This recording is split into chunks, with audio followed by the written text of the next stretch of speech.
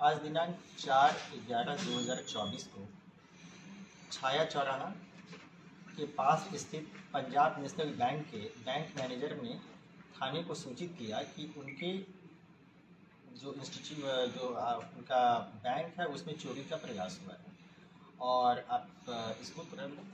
Check कीजिए। इस सूचना पर हमारे दोनों सीओ साहबान, सीओ सिटी श्री सुमित त्रिपाठी जी और सीओ सदर श्री हर्षित चौहान जी और हमारे इंस्पेक्टर श्री आलोकमणि त्रिपाठी, ये सभी वहाँ पहुँचे। इनके साथ स्वाट, सर्कुलर्स, हमारे फिंगर एक्सपर्ट की टीम, डॉग स्क्वाड इत्यादि सभी टेक्निकल टीम के साथ वहाँ पहुँचे हम लोग और वहाँ पे मुआयना किया। प्रमा फेसाई जब पूरे उनके साथ देखा गया तो ये ज्ञात हुआ कि किसी व्यक्ति ने इनके बैंक परिसर में घुसा है, कोई व्यक्ति इसमें घुसा है, लेकिन संजोग से जो इनका चेस्ट है उस चेस्ट का जो मुख्य दरवाज़ा है वो टूटा हुआ नहीं पाया गया।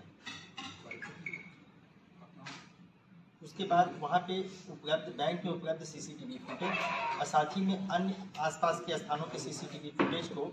कवर करने हेतु 5 टीमों का गठन किया गया और इन 5 टीमों ने तत्परता से, त्वरित गति से, बेहतरीन कोऑर्डिनेशन के साथ काम किया और इस दौरान ये ज्ञात हुआ कि उस दिनांक 31/10/2024 की जो इंटरमिटेंट नाइट है उसमें किसी एक व्यक्ति को वहाँ पे घुसते हुए देखा गया। जब उसको और ट्रेस आउट किया गया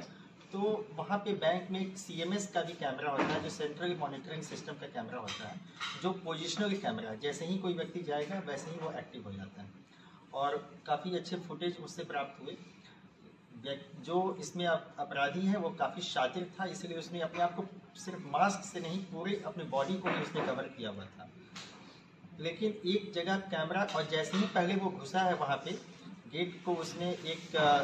आयरन के रॉड से पूरा तोड़ा और जैसे वो घुसने के बाद सबसे पहले उसने काम किया कि जितने भी वहाँ के कैमरे हैं उसको कट किया जाए, लेकिन उसमें कुछ कैमरे कट होने से बच गए और उसी दौरान एक कैमरे में उसकी एक जो साइड की उसकी एक पिक्चर आई।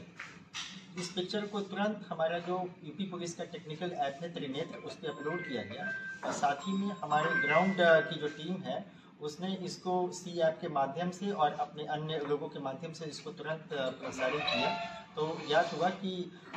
ये अपराधी है इसका नाम शाहिद खान उर्फ अब्दुल समद है और यह बेगमगंज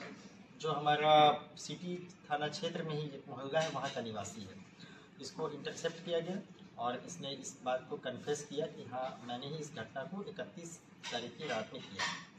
इस घटना को कारित करने के पीछे मुख्य उद्देश्य यह था कि इसकी 3 महिला मित्र हैं जिसमें, और ये तीनों इंस्टाग्राम इसकी फ्रेंड है यहाँ पे। इसमें एक कनाडा में रहती है और अपने इसको जो GF है इनकी यानी मित्र हैं, उनको यह महंगे उपहार देना चाहता था, उनको आप कह सकते हैं कि उनको प्रभावित करने हेतु, लेकिन इसके लिए इसको पैसे की दरकार थी। 30 तारीख को जब वह बैंक के बाहर वो चाय पी रहा था तो उस समय इसी बैंक के बाहर उसने देखा कि बहुत सारे व्यक्ति जो है कि वो बैंक से आ जा रहे हैं पैसा निकाल के, तो उसको लगा कि इस बैंक में करोड़ों रुपया होगा और आराम से, चूँकि अभी 3-4 दिन बैंक बंद है तो हम आराम से इस घटना को अंजाम दे सकते हैं। यहाँ से इस घटना को करने की जो साजिश या जो षड्यंत्र आप कह सकते हैं वो इसके दिमाग में यहाँ से उपजी और फिर इसने 31 तारीख की नाइट में जब पूरा अंधेरा हो गया तो इसने वहाँ पर सीढ़ियों के माध्यम से गया और फिर एक वहाँ पे जो परिसर है उसमें कूद के वहाँ प्रवेश किया और इस घटना को अंजाम दिया। क्या बैंक में क्या लॉस हुआ? बैंक में कोई भी उपकरण अथवा कोई भी धन, रुपया, 1 रुपया भी नहीं गया है। बैंक में सारा रुपया जो चेस्ट का है वो सुरक्षित है क्योंकि वो चेस्ट का मुख्य दरवाज़ा ब्रेक नहीं किया था, लेकिन इसके साथ ही इसने पूरी कोशिश एक अवश्य की थी और इसीलिए उसने जो आयरन काटने की मशीन होती है, ग्राइंडर मशीन, उसको साथ लेके गया था। उसने दरवाजे को भी काटने की कोशिश की किंतु वह इसमें पूरी तरह से सफल नहीं हो पाया, जिसके कारण कि चेस्ट सुरक्षित बच गया।